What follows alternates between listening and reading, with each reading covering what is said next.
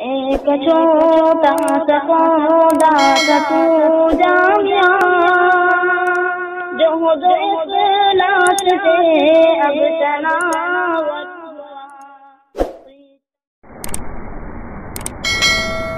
أعوذ بالله من الشيطان الرجيم بسم الله الرحمن الرحيم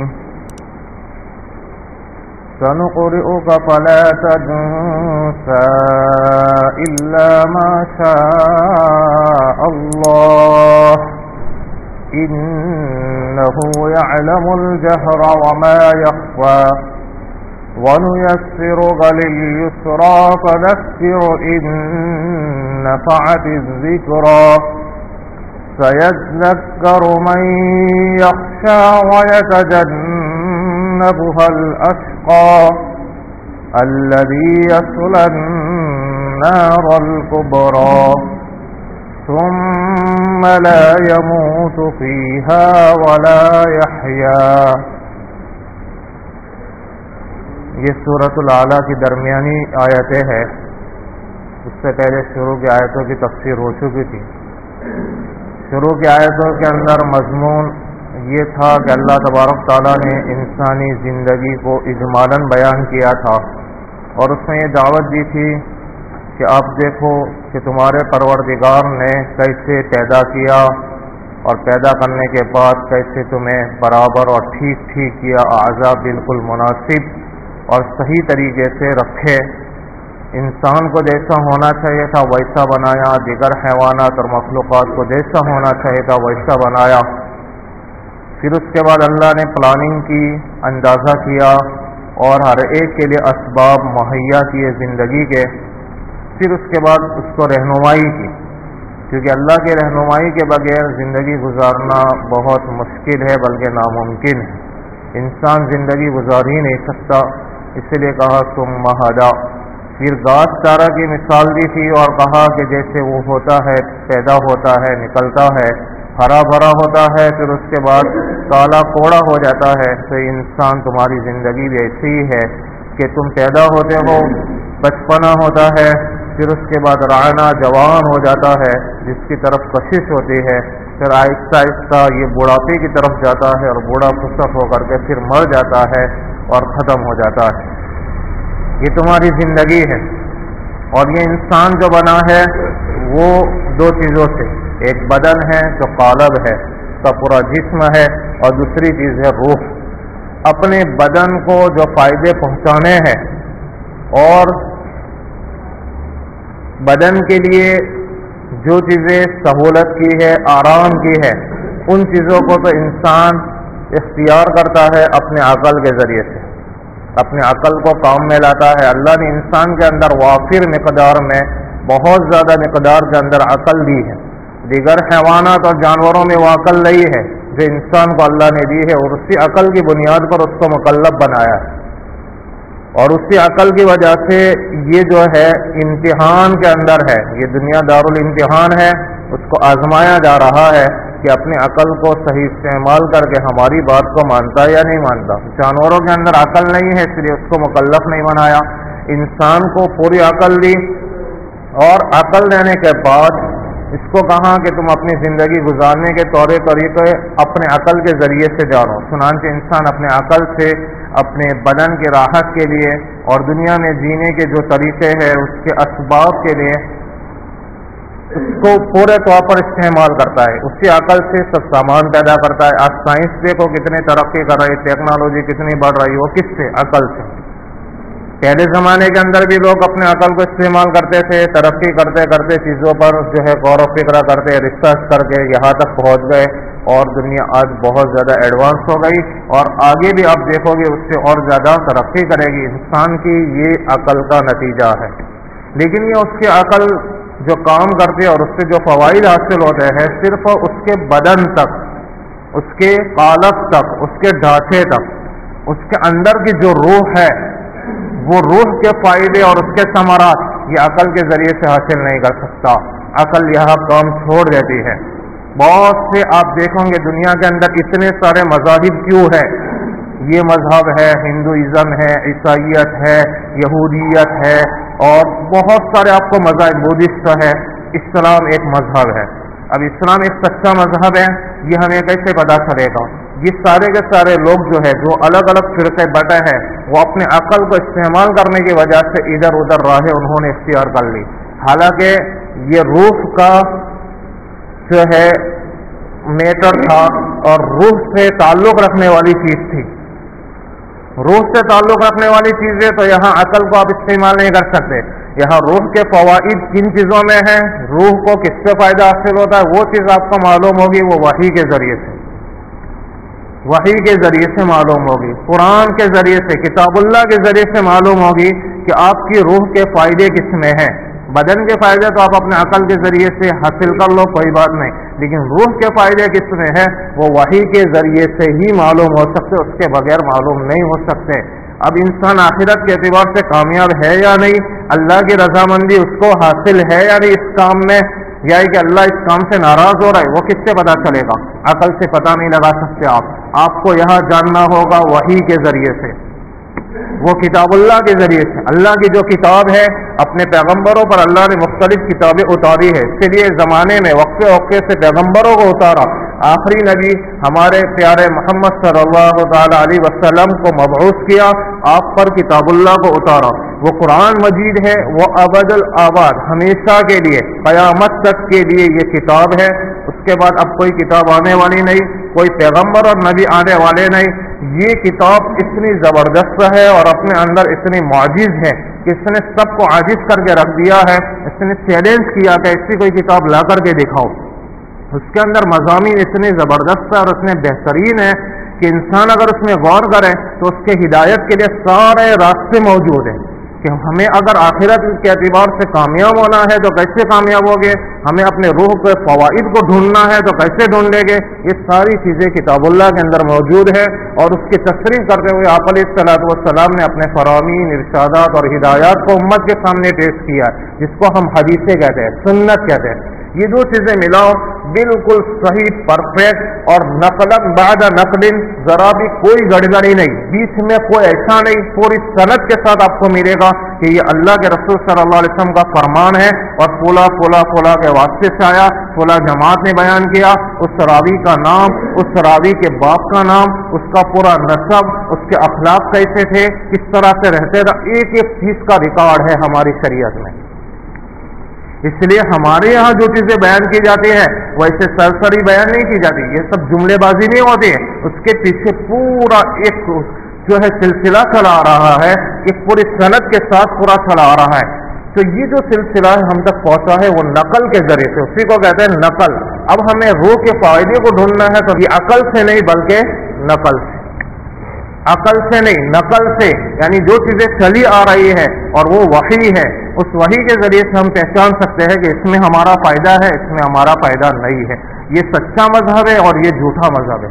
شریعت یہ کہتی ہے اس پر چلو تو تمہاری کامیابی ہے، یہ صراط مستقیم ہے، یہ راستہ سیدھا جنت کی طرف جاتا ہے، ادھر ادھر چلو گے تو یہ جہنم کی طرف لے جانے والے راستے ہیں. اللہ نے پلاننگ کی اور پھر اس کے بعد اس کو رہنمائی کی.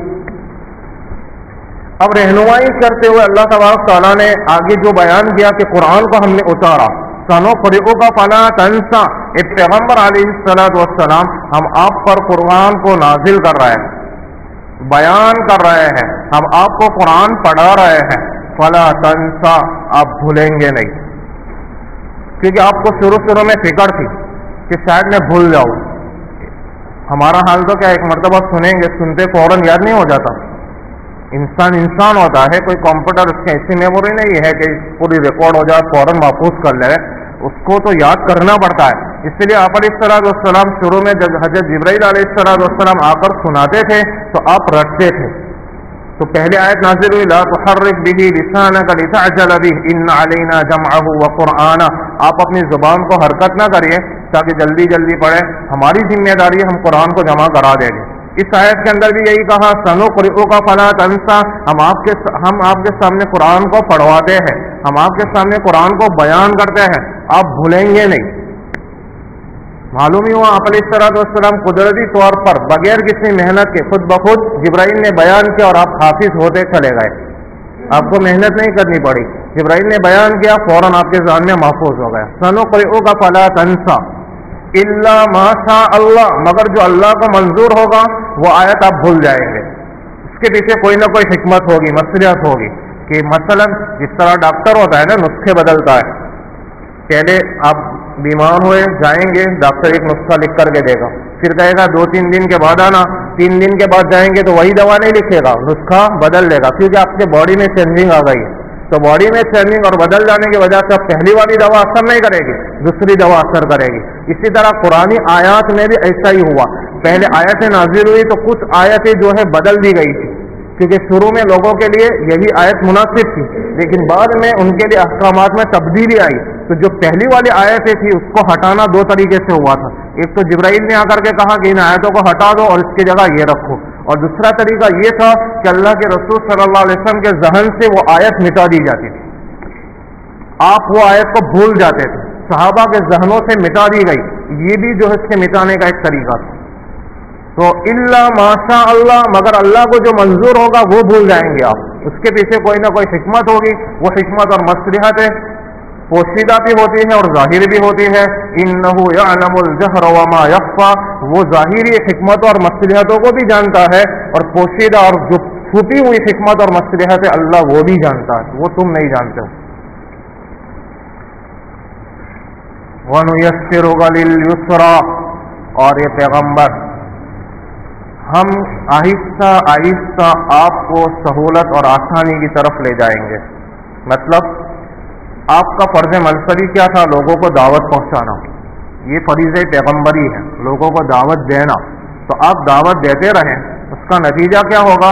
کہ نتیجہ یہ ہوگا کہ آپ کی دعوت رنگ لائے گی. ایک دم سے نہیں، محنت ضروری ہے. محنت کریے، آہستہ آہستہ ہم آپ کو آسانی اور سہولت کی طرف لے جائیں گے.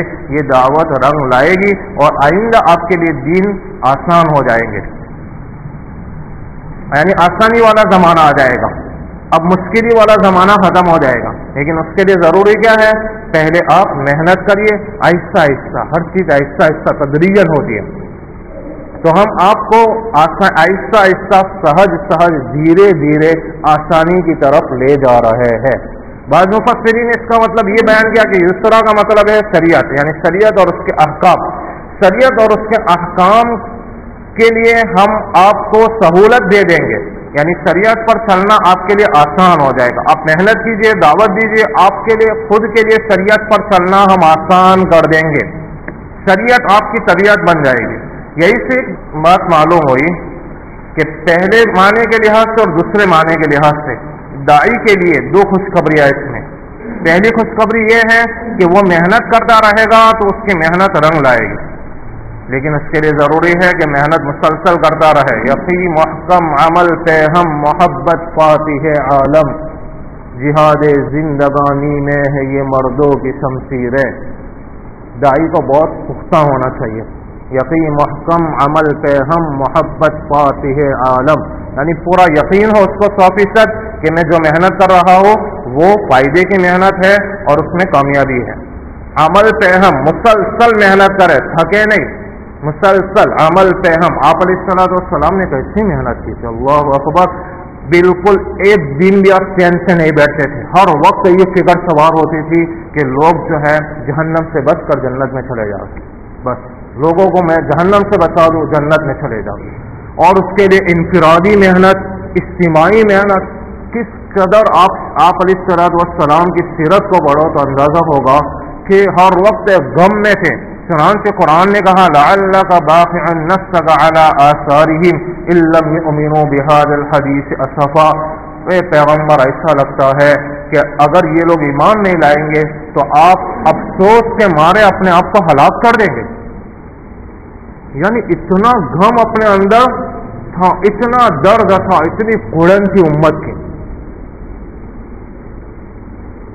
اسی لیے کہا گیا درد دل کے واسطے پیدا کیا انسان کو، درد دل کے واسطے پیدا کیا انسان کو، ورنہ عبادت کے لیے کچھ کم نہ تھے. قروب یعنی مقرب فرشتے، وہ عبادت کے لیے کافی تھے. انسان تو درد دل کے واسطے پیدا کیا، خود صحیح راستے پر آ جاوے اور دوسروں کی فکر کرے، دوسروں کی فکر کرے، اپنے آپ کی اپنے گھر والوں کی اور امت کی یہ فکر ہے، اور آج بہت ضرورت ہے، اس کی بہت زیادہ ضرورت ہے۔ آگے اسی کو کہا وَذَكِّرْ فَإِنَّ الذِّكْرَىٰ تَنفَعُ الْمُؤْمِنِينَ۔ تو میں یہ کہہ رہا تھا داعی کے لیے اس میں دو بشارت ہے۔ ایک بشارت تو کیا ہے کہ تم محنت کرو، اس محنت کا رنگ ضرور آپ کو دکھے گا، یہ محنت ضرور فائدے اور ثمرات کو لائے گی۔ دوسری بشارت اس میں یہ ہے دوسرے معنی کے لحاظ سے کہ تم محنت کرو، کام کرتے رہو، دعوت دیتے رہو، اس کے نتیجے میں خود کے لیے شریعت پر چلنا آسان ہو جائے گا، اللہ تمہارے لیے آسانی پیدا کر دے گی، خود کے لیے شریعت پر چلنا آسان ہو جائے گا۔ یہ دو بشارتیں اس آیت سے ملتے ہیں۔ آگے کہا فذکر ان نفعت الذکر، نصیحت کیجیے اگر نصیحت کرنا نفع دیتا ہو۔ یہ بظاہر تو شرط ہے، یعنی اگر نفع دیتا ہو تو نصیحت کیجیے ورنہ مت کیجیے، یہ شرط ہے۔ لیکن مفسرین کہتے ہیں یہ شرط نہیں ہے، یہاں اس میں ایک طرح کی تاکید ہے۔ جیسے آپ کسی کو یوں کہے کہ اگر تو مرد ہے تو یہ کام کر لے، اگر تو فلاں کا بیٹا ہے، بزرگ کا بیٹا ہے، فلاں اونچے خاندان کا ہے تو یہ کام کر لے، مطلب یہ کہ تجھے یہ کام ضرور کرنا چاہیے۔ تو اس کا مطلب بھی یہی ہے وَذَكِّرْ إِن نَفَعَتِ الذِّكْرَىٰ، نصیحت کیجیے اگر نصیحت کرنا نفع دے، اور ظاہر سی بات ہے کہ نصیحت نفع دیتی ہی ہے۔ اسی کو قرآن میں دوسری جگہ پر کہا وَذَكِّرْ فَإِنَّ الذِّكْرَىٰ تَنفَعُ الْمُؤْمِنِينَ، نصیحت کیجیے مومنین کو یہ نصیحت نفع دیتی ہے۔ جب اس کا نفع دینا یقینی ہے تو اس کا مطلب یہ ہوا کہ آپ کو یہ نصیحت ضرور کرنی ہے، تو اس میں ایک طرح کی تاکید پیدا ہو گئی وَذَكِّرْ فَإِنَّ الذِّكْرَىٰ تَنفَعُ الْمُؤْمِنِينَ، نفع دیتی ہی ہے۔ سَيَذَّكَّرُ مَن يَخْشَىٰ، جو اللہ سے ڈرتا ہے وہ نصیحت حاصل کر لے گا، اللہ سے ڈرنے والا نصیحت حاصل کر لے گا۔